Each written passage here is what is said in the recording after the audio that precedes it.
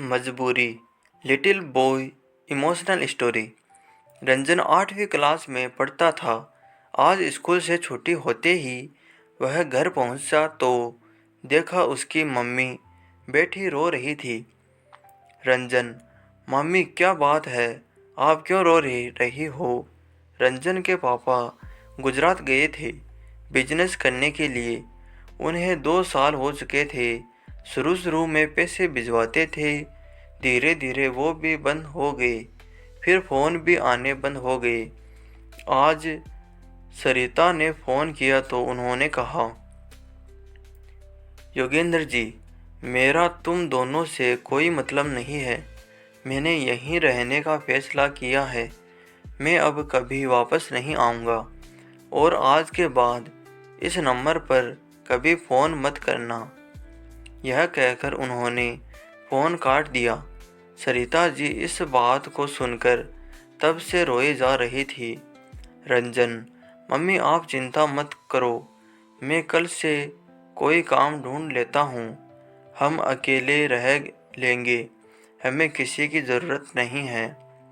पापा के लिए उसके मन में कड़वाहट भर चुकी थी। वह अपनी माँ को सत्वान देने में लगा था। रंजन की बात सुनकर सरिता जी को अच्छा लगा, लेकिन इतनी छोटी सी उम्र में उसकी पढ़ाई छुड़वा कर काम पर लगा देना यह उन्हें समझ नहीं आ रहा था। सरिता जी, नहीं बेटा, तुझे बहुत मेहनत से पढ़ना होगा। पढ़ लिख कर तुझे कुछ बनना होगा ताकि हम दुनिया का मुकाबला कर सके। मैं मेहनत करूँगी, बस तू मन लगा कर पढ़ाई कर। रंजन, मम्मी पढ़ाई से ज़रूरी घर का खर्चा चलाना है। आप क्या करोगी? कभी घर से बाहर आप निकली नहीं, आपको कौन काम देगा? मैं काम करूँगा, मैंने सोच लिया है। काम के साथ साथ शाम को पढ़ाई कर लूँगा।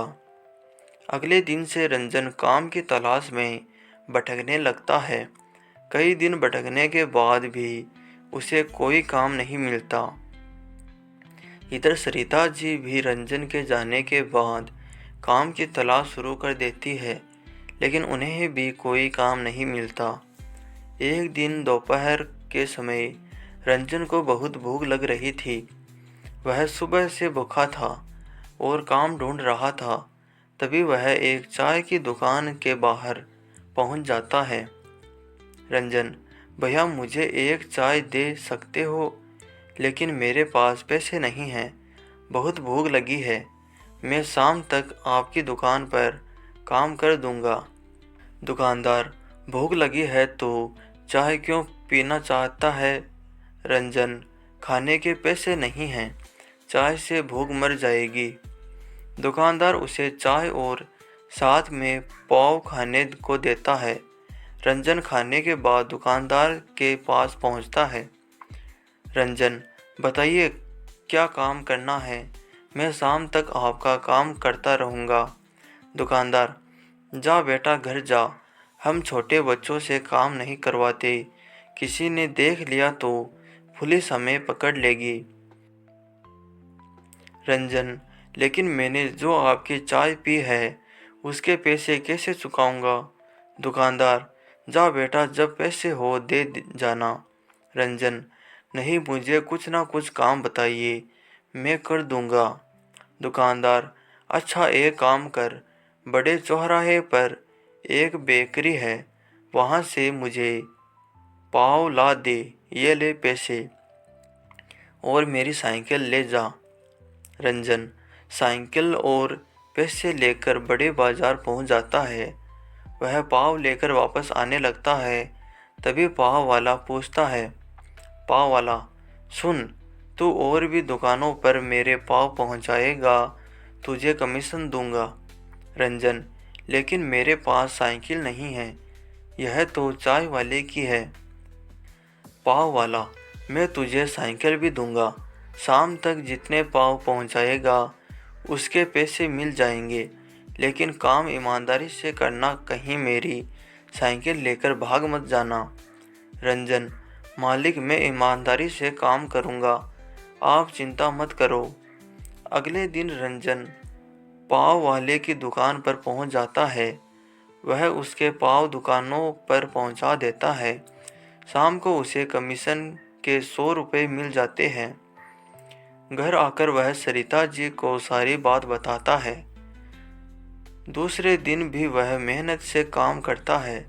शाम को जब वह अपने पैसे लेने पहुंचता है तो पाव वाला उससे कहता है, पाव वाला, सुन बेटा, तेरे काम करने से मेरा बहुत फ़ायदा हो रहा है। कल तू पाव देने के बाद दूसरे बाज़ार में जाकर ये पाव वहाँ की दुकानों वालों को दिखाना। क्या पता वहाँ से ऑर्डर मिलने लगे। इससे मेरी भी कमाई होगी और तेरी भी। रंजन ऐसा ही करता है। धीरे धीरे उसका काम बढ़ने लगता है। इधर सरिता जी को भी एक घर में खाना बनाने का काम मिल जाता है।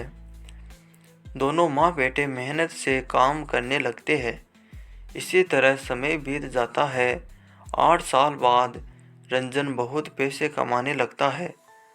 उसने पैसे जोड़कर अपनी पाव की दुकान खोल ली थी। उसकी दुकान पर उसने कई लड़के रख लिए जो पाव बेचने जाते थे। रंजन ने अपनी माँ का काम छुड़वा दिया था। कुछ समय बाद सरिता ने एक अच्छी सी लड़की देखकर रंजन की शादी कर दी। पूरा परिवार खुशी से रह रहा था।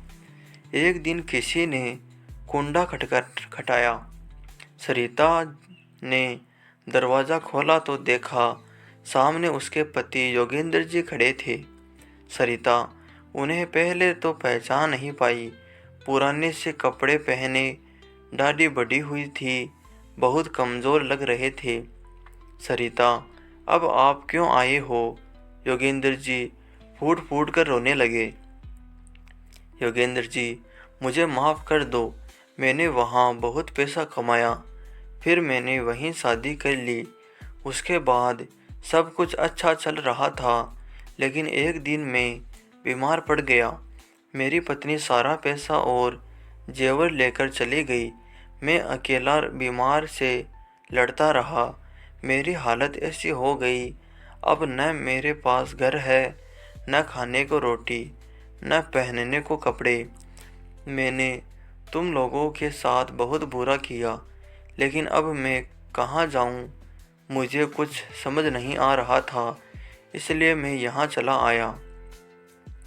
सरिता, आपको पता है हमने कैसे दिन काटे हैं। रंजन ने पढ़ाई छोड़कर दिन रात मेहनत की, तब कहीं जाकर यह सब बना पाया।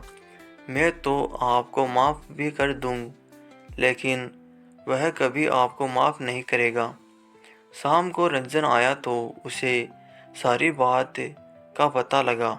रंजन, माँ, इनसे कहो यहाँ से चले जाए, मुझे इनसे कोई मतलब नहीं है। सरिता जी बैठी रो रही थी। उन्हें रोता देख रंजन ने कहा, रंजन, मम्मी, मैं आपको रोते नहीं देख सकता। ये बाहर वाले कमरे में रह सकते हैं, लेकिन हम लोगों से कोई मतलब नहीं होगा। आप इनका खाना वहीं पहुंचा देना। योगेंद्र जी को बाहर के कमरे में ठहरा दिया जाता है, लेकिन घर का कोई सदस्य उनसे बात नहीं करता था। सरिता उन्हें खाना दे आती थी। योगेंद्र जी अपने किए पर पछता रहे थे। इधर रंजन ने उनसे सब रिश्ते तोड़ दिए थे। सरिता जी चाह कर भी अपने पति की मदद नहीं कर सकती थी, क्योंकि उन्हें अपने बेटे के कष्ट नजर आते थे। एक दिन योगेंद्र जी रात को सोए तो सुबह उठे ही नहीं। घर में मातम छा गया। रंजन ने अपने पिता को आखिरी विदाई दी, लेकिन उनके जाने का दुख केवल सरिता को था। रंजन की जिंदगी से तो वे बहुत पहले चले गए थे। तो दोस्तों, आपको कहानी कैसी लगी हमें कमेंट कर ज़रूर बताइए, और प्लीज़ वीडियो को लाइक कीजिए और चैनल को सब्सक्राइब कीजिए। Thank you.